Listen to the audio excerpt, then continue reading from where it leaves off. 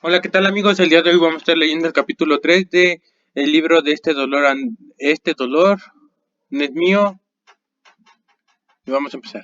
Capítulo 3: La mente de la familia. Los padres comienzan en la gracia y los dientes de los hijos tienen la diente negra. Ezequiel 18, Biblia Reina Valera. Por decirlo de una manera sencilla, recibimos a través de nuestra madre diversos aspectos de la vida de nuestra abuela y de los cuidados que está dedicado a nuestra madre, los traumas que sufrió nuestra abuela, sus penas y sus sufrimientos, las dificultades que pasó en la infancia o con nuestro abuelo, las pérdidas tempranas de seres queridos, todo ello se filtró hasta cierto punto en los cuidados maternales que dedicó a nuestra madre. Si nos remontásemos a una generación más, lo más probable es que viésemos lo mismo en cuanto a los cuidados maternales que recibió nuestra abuela.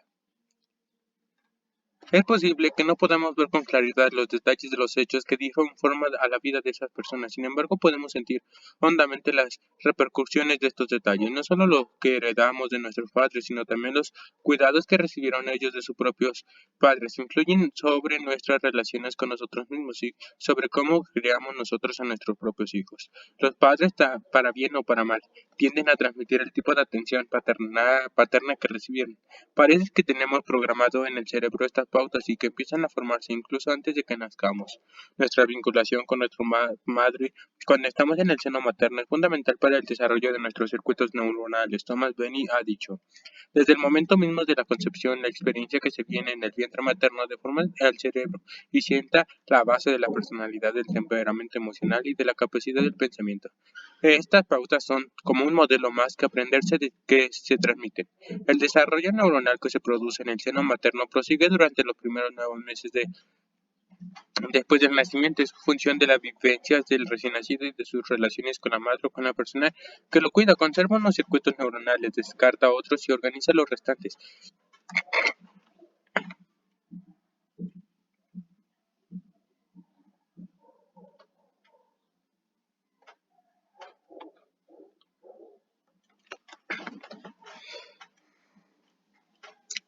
A través de estas primeras interacciones, el niño sigue estableciendo el modelo por el que gestiona sus emociones, sus pensamientos y su conducta. Cuando la madre porta consigo un trauma heredado, cuando ha vivido una ruptura del vínculo con su madre, esto puede afectar a su vez al vínculo reciente que está formado con su recién nacido, y habrá más probabilidades de que corte este vínculo. Las repercusiones de una ruptura temprana del vínculo madre-hijo, una sustancia larga en el hospital, unas vacaciones inoportunas, una separación larga, pueden ser devastadores para el niño. Este pierde de pronto la familiaridad profunda y asimilada, el olor de la madre, de su tacto, sonido y gusto, todo lo que ha llegado a conocer y en lo que confía. La madre y el hijo viven en un estado biológico que tiene mucho en común con las adicciones, dice Winifred Gallagher, autora especializada en ciencias del comportamiento. Cuando se separa, el recién nacido no solo echa de menos a la madre, sino que sufre una abstinencia física y psicológica que no es muy distinta de la que padece el heroíno humano, al que se priva de las drogas bruscamente. Esta analogía sirve para explicarnos mejor por qué protestan con tanta energía todos los mamíferos recién nacidos, incluidos los humanos, cuando se les separa de sus madres. El recién nacido que se va separado de la madre puede sentirse en una situación de peligro para la vida, dice la doctora Ray Phillips, neonatóloga en el Hospital Infantil de la Universidad de Loma Linda. Si la separación prosigue durante un periodo prolongado, la respuesta es la desesperación, añade la doctora Phillips. El niño se rinde. La doctora Phillips comparte esta idea con el Dr. Niels Bergam y con otros expertos en la neurociencia del vínculo madre-hijo. Yo conocí ese sentimiento de rendición en mis primeros años. Me llegó de mi familia, lo que mi madre no había recibido de su madre, afecto a su vez a lo que fue capaz de darnos a mis hermanos y a mí. Aunque yo sentía siempre la presencia de su amor, en el fondo una buena parte del ejercicio de su maternidad estaba afectada por los traumas de nuestra historia familiar, más concretamente por el hecho de su madre. Ida había perdido a sus dos progenitores cuando tenía 2 años. Según la tradición familiar, los hechos fueron los siguientes: cuando mi bisabuela Laura murió de pulmonía en 1904, sus padres culparon de ello a su marido, Andrew, que era según ellos un inútil y un jugador. Lo que se cuenta en la familia que Sora contrajo una pulmonía por haber estado asomada a la ventana en pleno invierno, suplicando a su marido que volviera a casa. Contaron a mi abuela Ida que su padre se gastaba en el juego el dinero del alquiler, y esta frase se ha repetido en nuestra familia como un eco a lo largo de las generaciones. Tras la muerte de Sora, expulsaron de la familia a mi bisabuelo Andrew y nunca se supo más de él. Cuando yo era niño ya percibía la amargura de mi abuela cuando contaba esta historia, y la contaba muchas veces. Me entristecía que ella no hubiera llegado a conocer a su padre. Mi abuela, huérfana a los 2 años, fue criada por sus abuelos de edad avanzada que se ganaba la vida vendiendo ropa usada en un carro en el distrito Pittsburgh. Mi abuela adoraba a sus abuelos y solía animarse cuando contaba sus recuerdos de cuando la querían, pero aquello no era más que una parte de la historia, era la parte que ella era capaz de recordar conscientemente. Había una historia más profunda que a ella se le escapaba. En los primeros meses de vida de Ida, o quizá incluso cuando estaba en el seno materno, habría absorbido las sensaciones de la aflicción que producía a sus madres, las riñas constantes, las lágrimas y los disgustos. Todo aquello tendría un efecto profundo sobre el desarrollo neuronal crucial que se estaba produciendo en el cerebro de Ida. Después la pérdida de su madre a los 2 años de edad la dejaría destrozada emocionalmente. Mi madre no solo fue criada por una huérfana que no pudo darle los cuidados que ella a su vez no había recibido de la suya. Mi madre heredó también el trauma visceral de Ida, que había sufrido la separación de su madre a una edad temprana. Aunque Ida estuvo presente físicamente en la vida de mi madre, era incapaz de expresar las emociones profundas necesarias para apoyar el desarrollo de mi madre. Esta falta de conexión emocional también pasó a formar parte de la herencia de mi madre. La historia del padre de mi madre también fue azarosa. La madre de él, Rachel, murió de sobreparto cuando mi abuelo Harry tenía solo 5 años. El padre de Harry, Samuel, portó una carga pesada de culpabilidad, pues se consideraba responsable de la muerte de Rachel por haberlo dejado embarazada. Samuel no tardó en casarse con una mujer que, según se cuenta en la familia, se ocupaba más de un hijo propio que tenía que de Harry, al que trataba con una indiferencia rayana en la crueldad. Mi abuelo no solía hablar de su infancia, esto lo sé por mi madre, que contaba que Harry había estado a punto de morirse de hambre en su infancia, pero al sobrevivir buscaba alimentos entre la basura y comía hojas de diente de león. Cuando yo era niño me imaginaba a mi abuelo también niño, sentado solo en un bordillo, mordiendo un pedazo de pan duro o rayando un hueso de pollo rancho.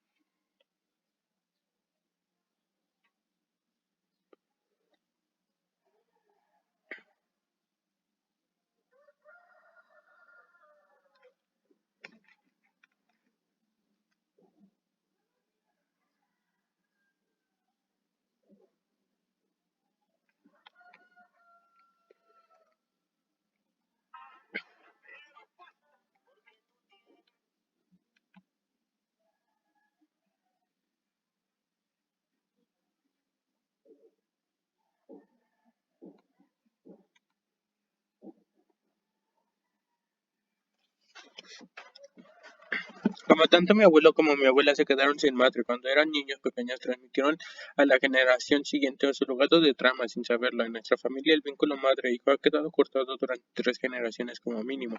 Si estas perturbaciones no se hubieran producido antes de que naciera mi madre, es posible que mis hermanos y yo hubiésemos recibido unos cuidados maternales distintos, pero al haber sido así, la necesidad que tenía mi madre del amor que sus padres no le pudieron dar solía dejarla con sentimientos de ansiedad y de agobio. Comprendí que para poner fin al ciclo de los traumas heredados en mi familia y en la última instancia para curarme yo mismo, tenía que curar mi relación con mi madre. Sabía que no podía cambiar lo que había sucedido en el pasado, pero sí podía cambiar sin duda la relación que manteníamos en el presente. Mi madre había heredado las pautas de estrés de su madre, yo la había heredado también. Ella solía llevarse las manos al pecho y quejarse de la sensación de agitación que tenía en el cuerpo. Ahora me doy cuenta de que estaba reviviendo inconscientemente el miedo y la soledad que se reproducían en nuestra familia, el terror a quedar separada de la persona a la que más necesitaba. Su madre. Recuerdo que cuando yo era un niño pequeño de unos 5 o 6 años y mi madre salía de casa, sentía el terror que iba a su dormitorio, abría el cajón donde guardaba los pañuelos y los camisones y hundía la cabeza entre las prendas para percibir el olor de ella. Recuerdo vivamente aquella sensación de que no volvería a verla, de que solo me quedaría de ella su olor. Cuando fui adulto conté a mi madre estos recuerdos y entonces supe que ella hacía lo mismo, hundía la cara entre las ropas de su madre cuando ésta salía de casa, tal como apreciaba con mi propia historia. Las interrupciones tempranas del vínculo madre-hijo pueden tener su origen incluso mucho antes de nuestra concepción. Los efectos pueden quedársenos en el inconsciente y vivir en nuestro cuerpo en forma de recuerdos somáticos que se desencadenan cuando se dan hechos que evocan al rechazo o el abandono. Cuando pasa esto, podemos sentirnos completamente desfasados respecto de nosotros mismos. Podemos sentirnos dominados por nuestros pensamientos y abrumados, incluso asustados por las sensaciones que nos inundan el cuerpo. Como el trauma se produjo en época tan temprana, suele quedar oculto en un lugar hasta donde no llega nuestra conciencia. Sabemos que existe un problema, pero no somos capaces de poner a limpio qué pasó exactamente. En vez de ello, suponemos que el problema está en nosotros, que tenemos dentro algo que es malo, movidos por nuestro miedo y por nuestra ansiedad. Solemos intentar controlar el entorno para sentirnos seguros. Esto se debe a que cuando éramos pequeños teníamos muy poco control y seguramente nos disponíamos de un lugar seguro para refugiarnos de las emociones intensas que sentíamos. Las lesiones del vínculo pueden reproducirse a lo largo de las generaciones si no cambiamos conscientemente la pauta. La conciencia familiar. El destacado psicoterapeuta alemán Bert Hellinger ha tratado en muchos libros el concepto que heredamos aspectos de los traumas familiares y los revivimos, es decir, los volvemos a vivir. Hellinger, que estudió a las familias durante más de 50 años, primero en calidad de sacerdote católico y después como terapeuta familiar y filósofo, nos enseña que compartimos una conciencia familiar con los miembros de nuestra familia biológica que nos ha precedido. Hellinger ha observado que los hechos traumáticos con la muerte prematura de un progenitor, de un hermano, de un hijo, un abandono, un delito, un suicidio, puede ejercer sobre nosotros una influencia poderosa, dejándonos en todo nuestro sistema familiar una huella que perdura durante varias generaciones. Estas huellas, a su vez, se convierten en un modelo familiar a medida que los miembros de la familia repiten de manera inconsciente los sufrimientos del pasado. La repetición de un trauma no siempre es una réplica exacta del hecho primitivo. Por ejemplo, en una familia en la que alguien ha cometido un delito grave o otro miembro de la familia que hace en una generación posterior puede estar purgando el delito sin ser consciente de ello. Una vez que acudió a mi consulta un hombre que se llamaba John y que acababa de salir de la cárcel, había cumplido 3 años de condena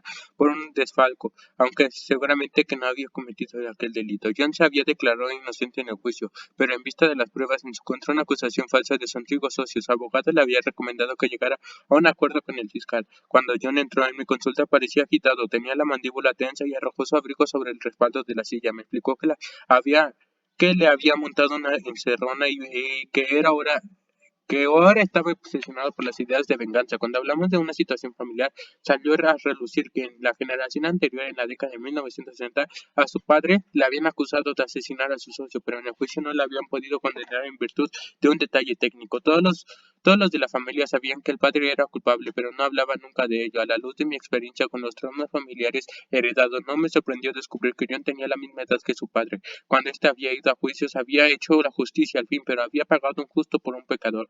Hellinger cree que el mecanismo que está detrás de estas repeticiones es la lealtad inconsciente y considera que la lealtad inconsciente es la causa de muchos sufrimientos en las familias. Las personas son capaces de identificar el origen de sus síntomas que se encuentran en una generación anterior. Suelen suponer que su problema arranca de su propia experiencia vital y no son capaces de encontrar una solución. Hellinger enseña que toda persona tiene el mismo derecho a formar parte de un sistema familiar y que no se puede excluir del mismo a nadie por ningún motivo. Forman parte del sistema del abuelo alcohólico que dejó arruinada a nuestra abuela, el hermano que nació muerto y dejó desconsolada a nuestra madre, y hasta el hijo del vecino al que nuestro padre mató accidentalmente al salir con el coche del garaje, nuestro tío delincuente, la media hermana mayor de nuestra madre, la criatura que abortamos. Todos ellos son miembros de nuestra familia y la lista más larga. Debemos incluir en ella hasta personas a las que no solemos contar en nuestro sistema familiar. Si alguien hizo daño a un miembro de nuestra familia, si se aprovechó de él o lo mató, debemos incluir a esa persona del mismo modo. Si algún miembro de nuestra familia se aprovechó de otra persona, si le hizo daño o la mató, también es preciso que incluyamos a la víctima dentro de nuestro sistema familiar.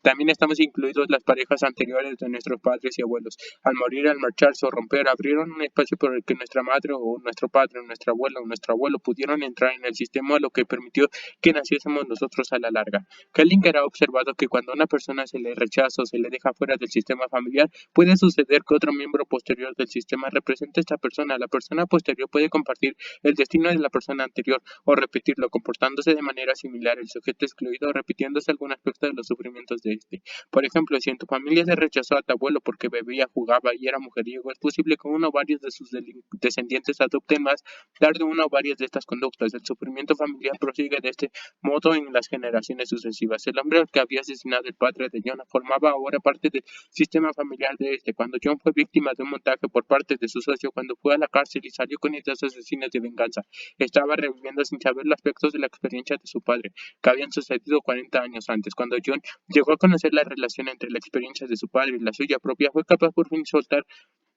los pensamientos obsesivos y salir adelante. Dos destinos habían quedado entrelazados estrechamente como si las dos personas compartieran un solo destino común. La libertad emocional de John había estado constreñida mientras esta conexión había estado oculta.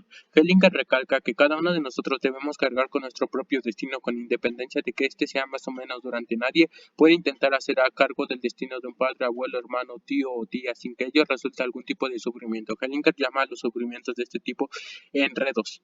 Cuando estos enredos portados inconscientemente los sentimos, los síntomas, las conductas o las penalidades de un miembro anterior de tu familia como si fueran tuyos, hasta los hijos de un mismo padre y madre que viven en un mismo hogar familiar y que ha tenido una información similar tienden a heredar traumas distintos y a vivir destinos diferentes. Por ejemplo, el primer hijo tiende a aportar consigo lo que no está resuelto en el padre y la primera hija tiende a aportar lo que no está resuelto en la madre. Aunque no siempre sucede así, también puede darse el caso inverso. Los hijos posteriores de la familia tienden a aportar diversos aspectos de los traumas de sus padres o elementos de los traumas de sus abuelos.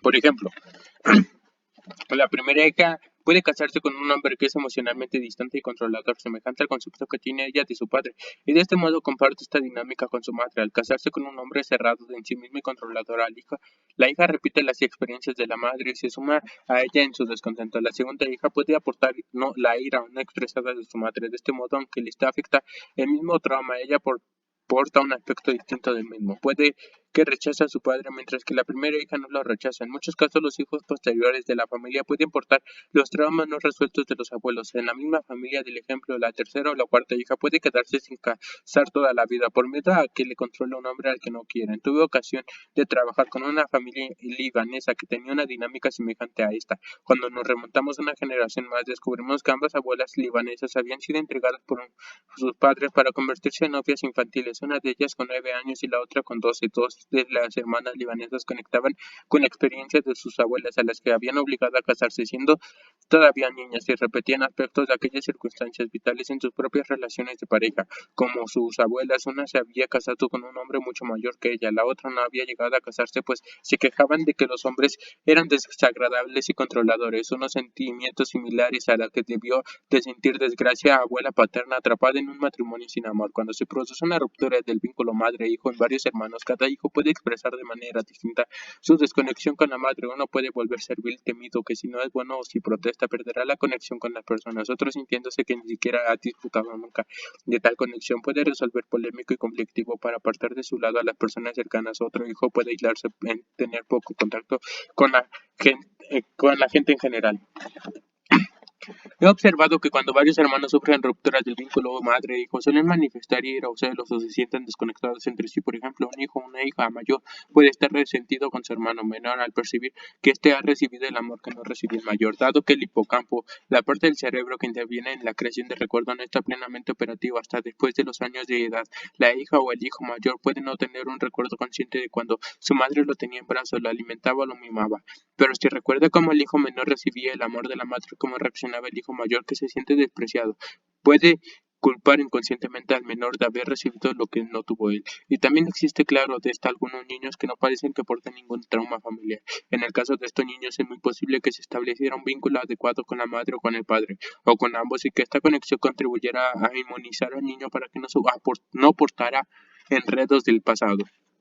Es posible que se diera una ventana de tiempo en la que la madre puede dar un hijo determinado más que a los otros. Es posible que mejorara la relación de los padres. Es posible que la madre sintiera una conexión especial con uno de los hijos sin que fuera capaz de conectar profundamente con los demás. Parece que en muchos casos, aunque no siempre, los niños menores salen un poco mejor parados que los primeros o que los hijos únicos, y parecen que estos últimos llevan consigo una proporción mayor de la cuestión no resuelta de la historia familiar. En lo que se refiere a la herencia de traumas familiares por parte de los hermanos, no existen reglas fijas que determinan cómo que es afectado cada uno de los hijos. Además, el orden de nacimiento y del sexo de cada hijo, existen otras muchas variables que pueden influir sobre la decisión que toman los hermanos y la vida que hacen, aunque a la primera vista puede parecer que uno de los hermanos no está afectado por el trauma, mientras que otro porta su carga. Yo lo veo de otro modo a la luz de mi experiencia clínica. Lo que veo es que la mayoría de nosotros portamos como mínimo algo residuo de nuestra historia familiar. No obstante, también puede entrar en la ecuación muchos factores intangibles que influyen sobre el grado de arraigo de los traumas familiares. Entre estos factores intangibles se encuentran la conciencia de uno mismo, la capacidad para calmarse a uno mismo y haber tenido una experiencia potente de curación interior. Las imágenes curadoras y nuestro cerebro. La idea que revivimos los traumas familiares desde muy bien constituir el núcleo de lo que apunta el psiquiatra Norman Doyle cuando afirma en su revolucionario libro El cerebro se cambia a sí mismo. La psicoterapia suele consistir en convertir a nuestros fantasmas en antepasados. El doctor Doyle sugiere que cuando identificamos las fuentes de nuestros traumas generacionales, nuestros fantasmas pueden dejar de acostarnos y pasar a formar parte de nuestra historia sin más. Una de las maneras fundamentales en la que hacemos esto es dejándolo como ver por una experiencia, por una imagen lo bastante fuerte como para eclipsar las viejas emociones y sensaciones del trauma que viven dentro de nosotros. Nuestras mentes tienen una gran capacidad para sanarse por medio de las imágenes. Ya no imaginemos una escena de perdón, de consuelo o de liberación. Ya no nos limitemos a visualizar un ser querido de las imágenes. Pueda sentarnos profundamente en el cuerpo y hundirnos en la mente. A lo largo de mi trabajo he descubierto que ayudar a las personas a desenterrar la imagen que más les resuena es la piedra angular de la curación. El concepto del poder curador de las imágenes ya se conocía como válido mucho antes de que se demostrara su efectividad por medio de las técnicas de... Sí, todos. ¿En esa bolsa verde trajiste todo? Todos. Solo se me quedó un rosita. La tapa las debes de guardar de Tupperware porque luego ya no se encuentran. ¿Todas las he hecho? De imagen cerebral. El poeta William Butler Yeats escribió hace más de 100 años que la sabiduría habla en el primer lugar por medio de imágenes y que no basta con dejarnos guiar por la imagen que vive dentro de nosotros para que nuestras almas se vuelvan más sencillas como llamas y nuestros cuerpos tan serenos como una lámpara. De Agatha Cartoon acuñó en 1913 el término imaginación activa, que designa una técnica en la que se emplean imágenes tomadas de un sueño en muchos casos para entablar un diálogo con la mente inconsciente, sacando a lucir lo que ha estado suprimido en la oscuridad. La idea de visualización para la curación se ha popularizado mucho últimamente y existen programas de imágenes guiados para reducir el estrés y la ansiedad, para potenciar el rendimiento deportivo y para resolver miedos y fobias concretos. La ciencia confía esta idea. Doyle revolucionó nuestro concepto de funcionamiento del cerebro humano, introduciendo una nueva visión del cerebro como flexible y capaz de cambiar en lugar de fijo e inamovible como se le considera hasta entonces. Sus trabajos muestran cómo las experiencias nuevas pueden crear nuevas vías neuronales. Estas nuevas vías neuronales se refuerzan con la repetición y se profundizan con la atención centrada. En esencia, cuando más practicamos algo, más entrenamos a nuestro cerebro para el cambio. Este principio fundamental se recoge en una frase que se resume en los trabajos que presenté en 1949. El neuropsicólogo canadiense Donald Hebb. Las neuronas que se activan juntas se agrupan. En esencia, cuando las neuronas cerebrales se activan a la vez, se refuerza la conexión entre ellas. Dicho de manera sencilla, cada que repetimos una experiencia concreta, esta se nos arraiga más. Con las repeticiones suficientes, la experiencia puede volverse automática. Esta frase no.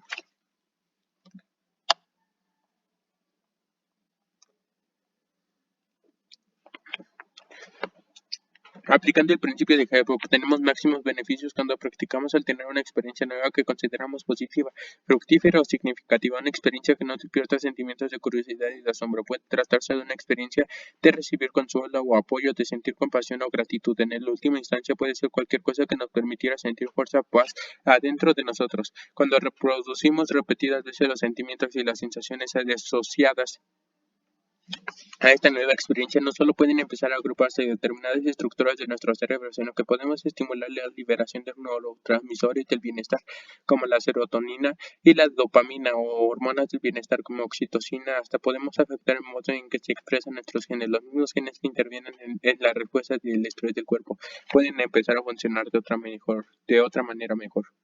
A nivel neurofisiológico, cada vez que practicamos la experiencia beneficiosa, estamos aportando la intervención del centro de nuestro cerebro, que se dedica a responder al trauma y dirigiéndose hacia otra área del cerebro, más concretamente hacia el córtex prefrontal, donde podemos integrar la experiencia nueva y se pueden producir cambios neuroplásticos, como Doyle. El neurocientífico Michael Merzenich, uno de los investigadores más destacados en el terreno de la neuroplasticidad, afirma que cuando practicamos una habilidad nueva en condiciones adecuadas puede cambiarnos centenares e incluso miles de millones de conexiones entre las neuronas de nuestro mapa. Cuando se ha establecido un nuevo mapa cerebral, puede surgir de manera orgánica nuevos pensamientos, sentimientos y conductas que amplían nuestro repertorio cuando aparecen los miedos antiguos. Cuando establecemos la relación con lo que está detrás de nuestros miedos y de nuestros síntomas, ya estamos abriendo nuevas posibilidades de resolución. En algunos casos, nos basta con haber alcanzado esta nueva comprensión para que dejemos de lado nuestras viejas imágenes dolorosas y iniciemos una liberación visceral que podemos sentir en el núcleo mismo de nuestro cuerpo. En otros casos, establecer la relación solo tiene el efecto de que comprendamos mejor, pero nos hace falta algo más para integrar plenamente lo que hacemos descubrimiento. Necesitaremos gracias, ritos, prácticas o ejercicios que nos ayuden a forjar una nueva imagen interior. La nueva imagen puede llenarnos de una provisión interior de calma, convirtiéndose en puntos de referencia de paz interior en el que podamos regresar una y otra vez. Cuando tenemos arraigado un nuevo mapa cerebral, pensamientos nuevos, sentimientos nuevos y sensaciones nuevas, inauguramos una nueva experiencia interior de bienestar que empieza a competir con nuestras viejas reacciones traumáticas y con el poder de estas para llevarnos por el más camino. Cuando más recorremos las vías neuronales y viscerales de nuestro nuevo mapa cerebral, más nos identificamos con los sentimientos buenos que acompañan a este mapa. Con el tiempo empezamos a familiarizarnos con los sentimientos buenos y a confiar en nuestra capacidad para volver al terreno sólido. Aunque no haya temblado en los cimientos durante un tiempo, Doig nos dice que podemos cambiarnos el cerebro con solo imaginar.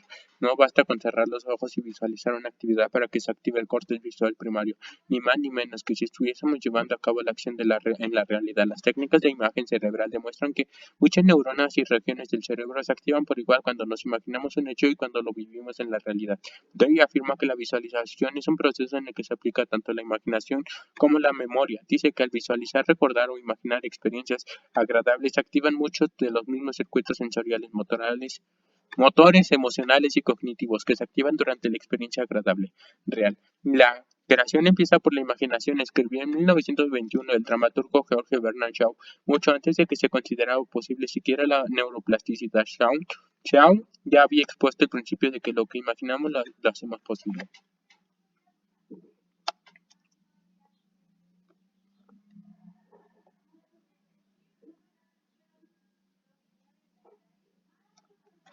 La imagen es curadores en nuestros genes. El cambio plástico provocó por nuestra experiencia nos llega muy honda en el cerebro, incluso hasta los genes moldeándolos también. Dice Doig, el Dr. Dawson Church es un exitoso libro, El genio en sus genes, la medicina energética y la nueva medicina de la intención en el que expone a las investigaciones sobre la relación de las emociones con la expresión genética. Explica cómo la visualización, la meditación y el enfoque sobre pensamientos, emociones y oraciones positivas, lo que él llama intervención epigenéticas internas, puede activar genes y tener efectos positivos sobre nuestra salud, llenarnos las mentes de imagen positivas de bienestar, puede producir un entorno epigenético que refuerce el proceso de curación. Se ha investigado mucho los efectos positivos de la meditación sobre la expresión genética. Un estudio realizado en la Universidad de Wisconsin-Madison y publicado en la revista científica Psychoneuroendocrinology en 2013 reveló que los meditadores al cabo solo 8 horas de meditación experimentaban cambios genéticos y moleculares apreciables, entre ellos la reducción de los niveles de genes proinflamatorios que le permitiría recuperarse físicamente con mayor rapidez de las situaciones estresantes. Chur afirma que cuando meditamos estamos reforzando las partes de nuestros cerebros que producen felicidad. Esta frase también me gustó. Cuando meditas, estamos generando nuevas neuronas cerebrales constantemente a lo largo de nuestras vidas. Una buena parte de nuestro crecimiento se produce en el hipocampo.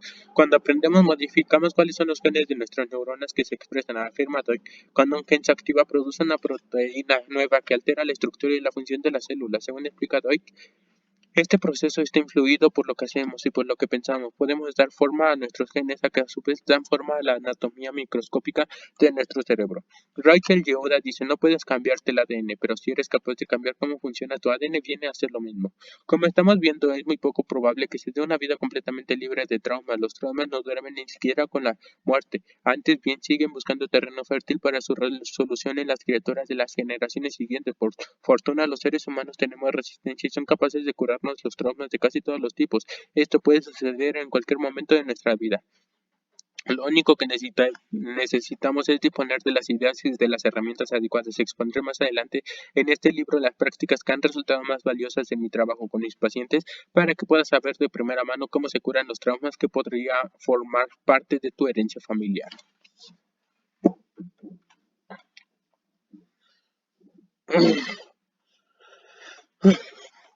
Capítulo 4.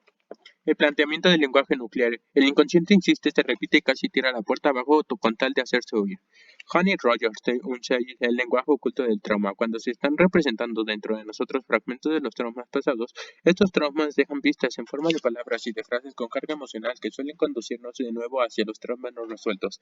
Como ya hemos visto, es posible que estos traumas ni siquiera sean nuestros. Yo llamo lenguaje nuclear a las expresiones verbales de estos traumas. El lenguaje nuclear también se puede expresar de modo no verbales, entre ellos sensaciones físicas, conductas, emociones, impulsos e incluso los síntomas de una enfermedad. Dentro del lenguaje nuclear, Jesse se contaba su modo de despertarse sobresaltado a las 3:30 de la madrugada y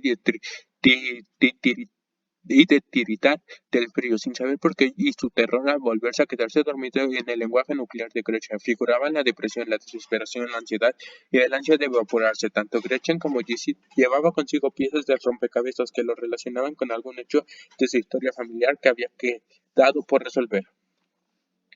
Todos conocemos el cuento de Hansel y Gretel, a los que engañan para que se pierdan en el bosque oscuro. Hansel teme que no encontrará el camino de vuelta a su casa y va dejando un rastro de migajitas de pan para poder volver. La analogía es oportuna, ya estemos sumidos a las profundidades del bosque de nuestros miedos o solo un poco alteradas por haber desviado el camino.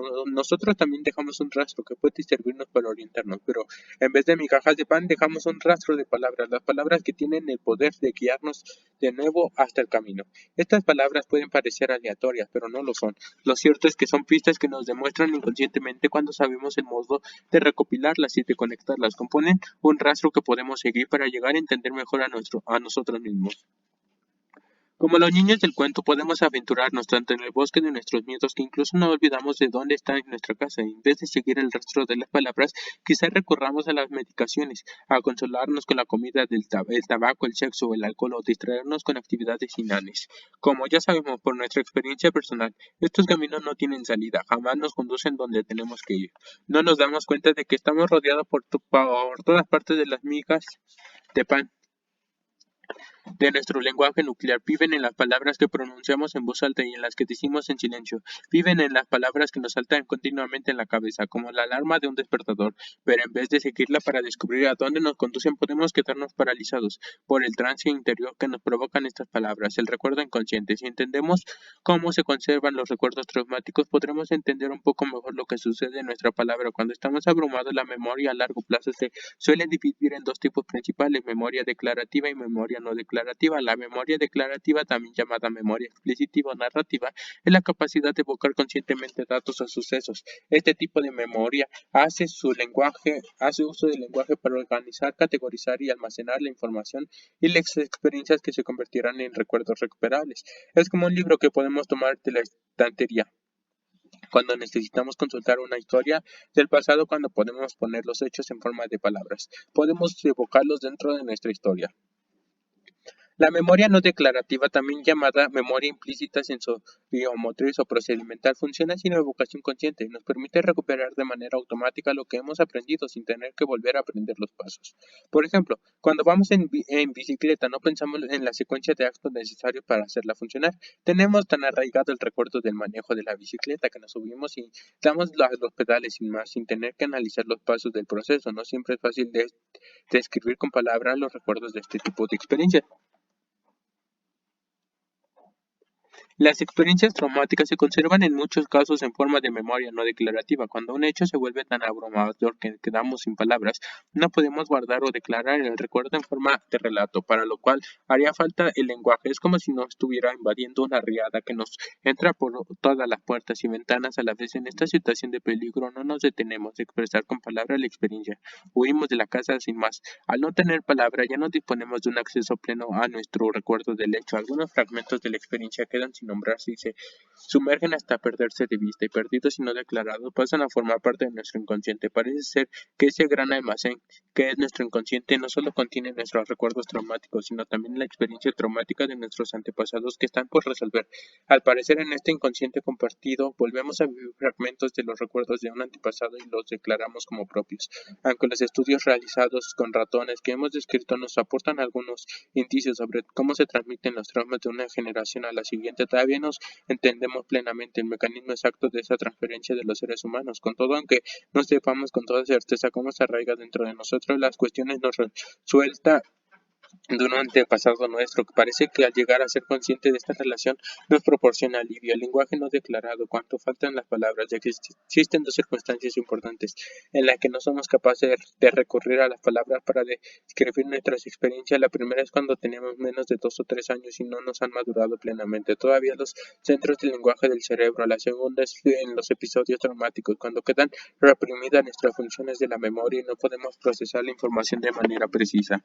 Cuando se inhibe la función de la memoria, la formación emocionalmente significativa se salta los lóbulos frontales y no es posible asignarles nombre ni ordenarla por medio de palabras ni de lenguaje, como explica Bessel van der Kolk. A falta de lenguaje, nuestras experiencias suelen quedar no declaradas y entonces es más probable que almacenemos como fragmentos de recuerdos, sensaciones corporales, imágenes y emociones. El lenguaje nos permite cristalizar nuestras experiencias en forma de relato. Cuando tenemos el relato nos resulta más fácil rememorar una experiencia, aunque sea traumática, sin revivir toda la agitación que tiene asociada.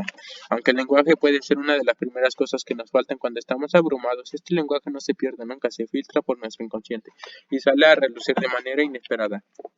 Empeñado en cómo hacerse notar, como dice la psicóloga Fanny Rogers, el inconsciente insiste en se repite y casi tira la puerta abajo con tal de hacerse oír. La única manera que tienes de oírlo, de invitarlo a pasar, es dejar de echarle cosas encima que suelen ser tus propias ideas, y en vez de ello escuchar lo impronunciable que está en todas partes en el habla de las representaciones en los sueños y el cuerpo. Lenguaje nuclear y la recuperación de recuerdos. La experiencia no expresada con palabras que residan en nuestro inconsciente nos rodean por todas partes, aparecen en nuestro lenguaje peculiar, se manifiestan en nuestros síntomas crónicos y en nuestras conductas inexplicables, salen a relucir en las luchas repetitivas que afrontamos a nuestra vida cotidiana. Estas experiencias no expresadas con palabras constituyen la base de nuestro lenguaje nuclear. Cuando nuestro inconsciente echa la puerta abajo para hacerse oír a lo que oímos es lenguaje nuclear. La palabra con carga emocional de nuestro lenguaje nuclear son claves de los recuerdos no declarativos que residen en nuestro cuerpo y en el cuerpo de nuestro sistema familiar. Son como piedras preciosas que, enterradas en nuestro inconsciente, esperan a que las descubramos y las extraigamos.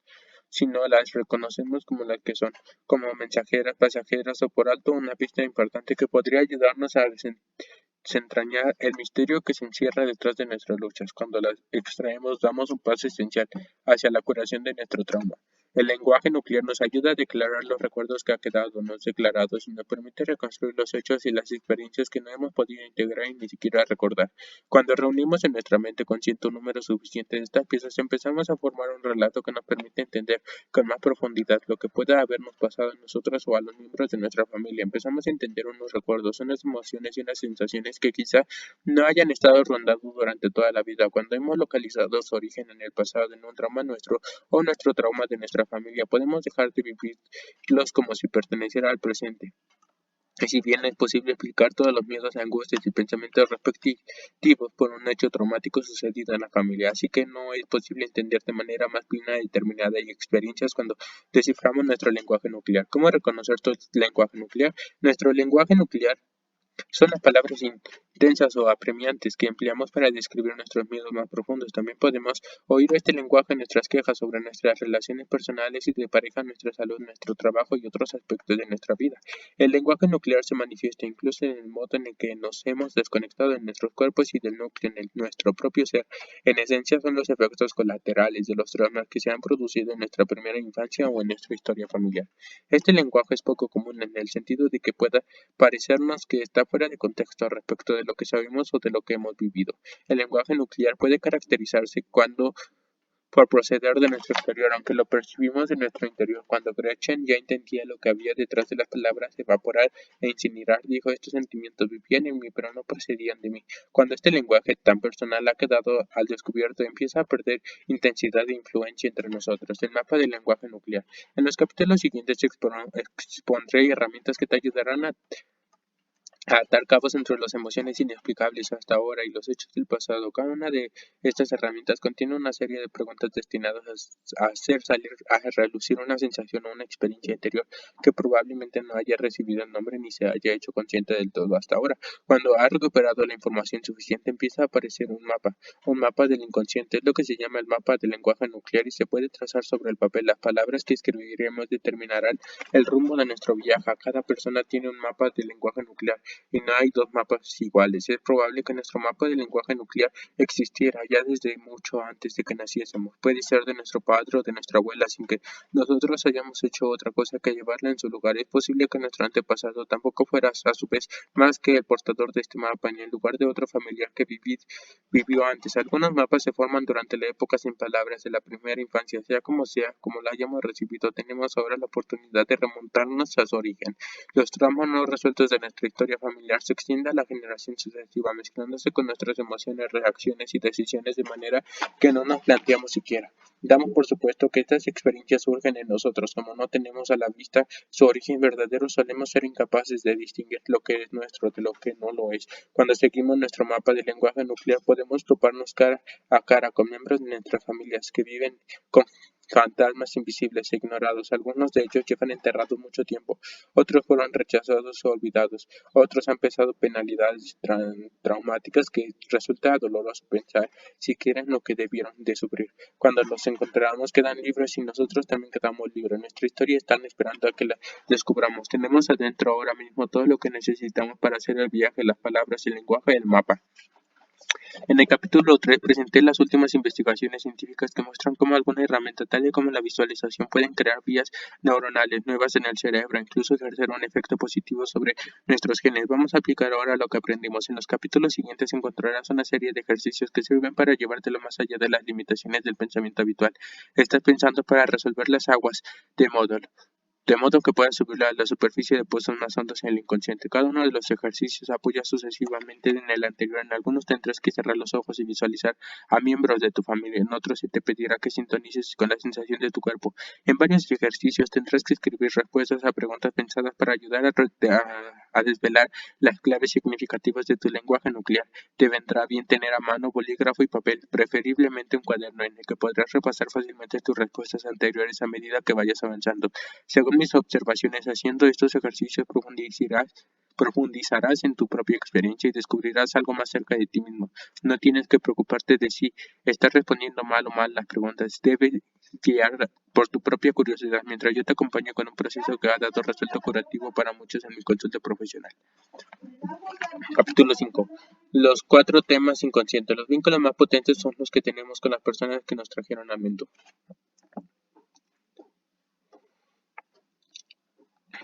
Parece que no importa cuántos años hayan pasado, cuántas traiciones quedan haberse dado, cuánta tristeza haya habido en la familia. El caso es que seguimos conectados aunque sea en contra de nuestras voluntades. Anthony Brandt, líneas de sangre. Ya heredemos las emociones de nuestros padres del seno materno, ya sea nos transmiten nuestra interacción en temprana con nuestra madre, o ya las compartamos a través de la lealtad inconsciente o de los cambios epigenéticos. Una cosa queda clara, salimos a la vida portando algo del pasado que está por resolver. Cuando pensamos que podemos conseguir que nuestras vidas marchen exactamente de acuerdo con nuestros planes, nos estamos engañando a nosotros mismos. Es muy frecuente que nuestras intenciones no concuerden con nuestros actos. Pueden que queramos tener buena salud, pero comemos demasiada comida basura, nos buscamos excusas para no hacer ejercicio.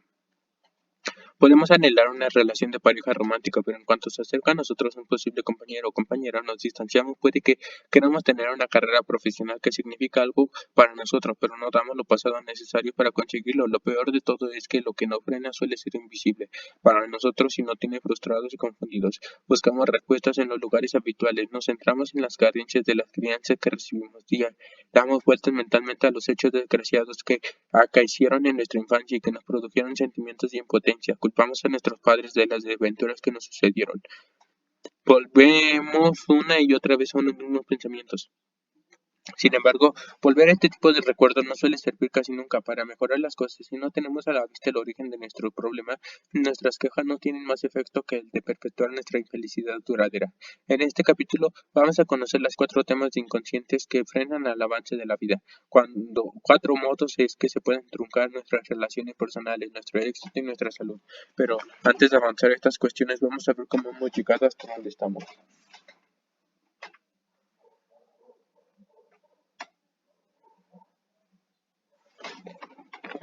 El flujo de la vida.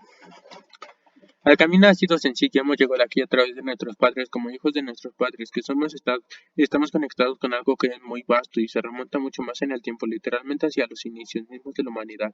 A través de nuestros padres estamos conectados con la corriente misma de la vida, aunque nosotros no somos el origen de esta corriente. Es una chispa que solo se nos ha pasado, se nos ha transmitido biológicamente junto con nuestra historia familiar, y también podemos sentirla vivir dentro de nosotros. Esta chispa es nuestra vital. Nuestra fuerza vital quizás sienta su palpitar dentro de mí ahora mismo mientras lees en esta línea. Si has estado alguna vez junto a una persona que está muriendo, habrás podido sentir la disminución de esta fuerza. Puedes llegar a sentir el instante mismo de la separación cuando la fuerza abandona el cuerpo. Del mismo modo, si has visto alguna vez un parto, habrás podido sentir cómo se llena la sala de fuerza vital. Esta fuerza vital no cesa cuando nacemos, sigue fluyendo de tus padres a ti, aunque te sientas desconectado a ellos. He observado tanto en mi práctica clínica como en mi propia vida, que cuando nuestra conexión con nuestros padres fluye con libertad, nos sentimos más abiertos para recibir lo que nos traiga la vida. Cuando nuestra conexión con nuestros padres está dañada de alguna manera, podemos sentir que la fuerza vital que tenemos disponible está limitada, podemos sentir bloqueados y contraídos o ajenos al flujo de la vida, como si estuviéramos nadando o contracorriente. En el último extremo sufrimos sin saber por qué, pero tenemos dentro de los recursos necesarios para curarnos. Vamos a empezar para evaluar la conexión que sentimos ahora mismo con nuestros padres, con independencia de que estos vivan o no. Percibir el flujo. Dedica unos minutos a sentir tu conexión o desconexión con tus padres. Con independencia de la historia que tengas con ellos, siente la relación y siente cómo afecta físicamente a tu cuerpo. Visualiza que tienes delante de tus padres biológicos. Si no lo llegaste a conocer o si no eres capaz de visualizarlo, limítate a sentir su presencia. Mantén la imagen y haz las preguntas siguientes. ¿Le estoy acogiendo o me estoy cerrando a ellos? Siento que ellos me acogen a mí, siento a uno de manera distinta del otro. Tengo el cuerpo relajado al visualizarlos o los tengo tensos. Si estuviera fluyendo de ellos a mí una fuerza vivificadora que proporciona, me estaría llegando un 5%, un 25%, un 50%, un 75%, toda la fuerza del 100%. La fuerza vital que fluye de nuestros padres nos llega libremente, no tenemos que hacer nada. Nuestra tarea consiste simplemente en percibirla. Visualiza la fuerza vital como si fuera el cable principal por el que llega la electricidad a tu casa. Todos los demás cables que van a las diversas habitaciones toman su energía de este cable principal, por muy bien que hagamos la instalación eléctrica de nuestra casa. Si la conexión con el cable principal es defectuosa, el flujo de la corriente se resentirá. Ahora, vamos a ver cómo pueden afectar los cuatro temas inconscientes este cable principal. Déjenme apago la computadora.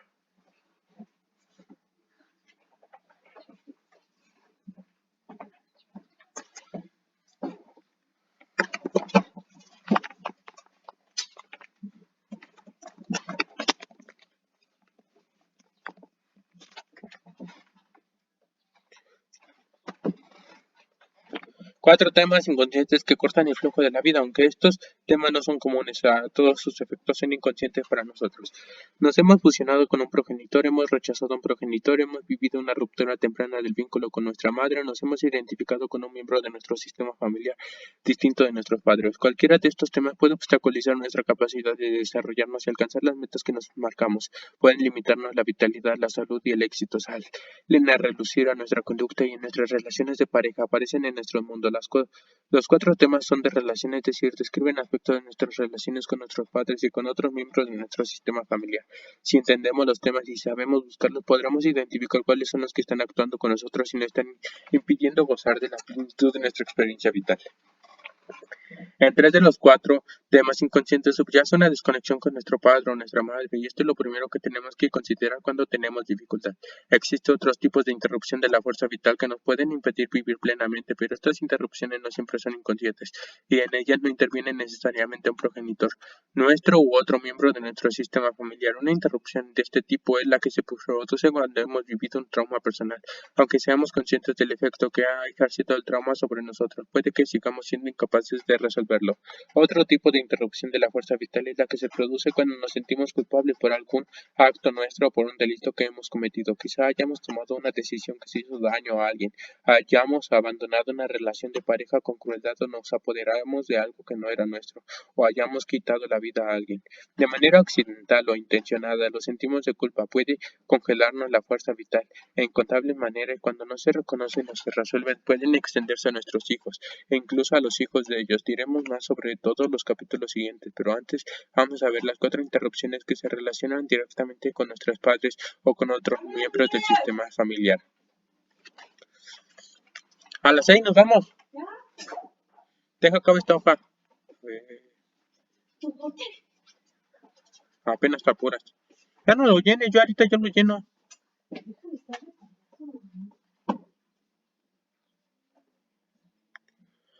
¿Estás fusionado con los sentimientos, las conductas o las experiencias de tu padre o de tu madre? En memoria, has pasado luchas emocionales, físicas o psicológicas. ¿Alguno de tus progenitores te dolía verlo sufrir?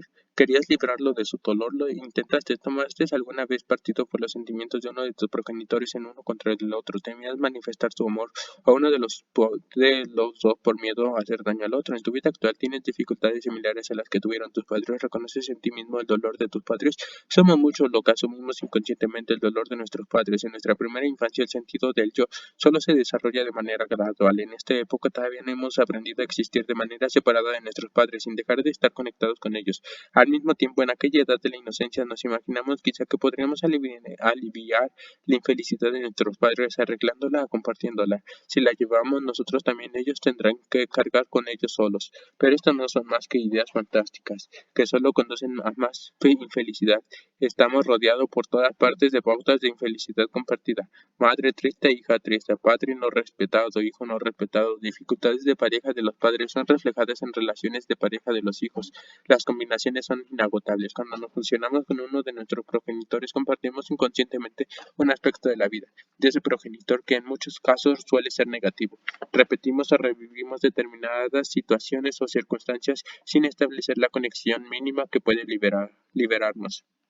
En el caso de Gavin, el caso siguiente nos ilustra cómo esta dinámica que suele quedar a oscuras puede vivir a una dificultad que nos sentimos incapaces de resolver. Cuando Gavin tenía 34 años, realizó una serie de inversiones arriesgadas en la que perdió todos los ahorros de su familia. Hacía poco que había perdido su empleo. El jefe de proyecto, por no cumplir los plazos de entrega, Gavin, que tenía una mujer y 2 hijos pequeños, estaban desesperados luchando por subsistir económicamente, y con su matrimonio en tensión, Gavin fue cayendo en una depresión profunda. Cuando era niño, su padre, que tenía 30 y tantos años precisamente, había perdido todos los ahorros de la familia en la carrera de caballos, pues había fiado de un rumor sobre las posibilidades de un caballo concreto. Entonces la madre de Gavin se había ido a vivir con sus padres, llevándose a los hijos. A partir de entonces, Gavin había visto muy poco a su padre, al que su madre calificaba de egoísta, ludópata y fracasado. Ahora que Gavin tenía 34 años, estaba repitiendo la experiencia de fracasados de su padre, a pesar de que no había advertido la relación de manera consciente. También el hecho perdido de los ahorros de su familia, y se encontraba ante la posibilidad de perder a su mujer y a sus hijos. Gavin solo cayó en la cuenta de que se había estado reviviendo del pasado durante nuestra sesión de trabajo. Como Gavin había estado tan apartado de su padre, no entendía cómo si podía reflejarse la pauta tan similar de las vidas de ambos. Al no haber mantenido una conexión consciente con su padre, Gavin había forjado una inconsciente y había repetido los fracasos de su padre sin saberlo. Cuando lo hubo comprendido, se dispuso a separar las relaciones rotas entre los dos. Llevaba casi 10 años sin hablarse. Gavin, conscientemente de su propia resistencia y de que sabía de su padre sobre todo lo que le había contado su madre, fue como una cautela, pero la mente abierta escribió a su padre una carta manuscrita a la que le contaba que tenía 2 nietecitas y que Gavin sentía mucho no haber tenido contacto con él. Evitó la carta y esperó 6 semanas, pero no obtuvo respuesta. Temió que su padre hubiera muerto, lo que le parecía peor todavía que lo rechazara.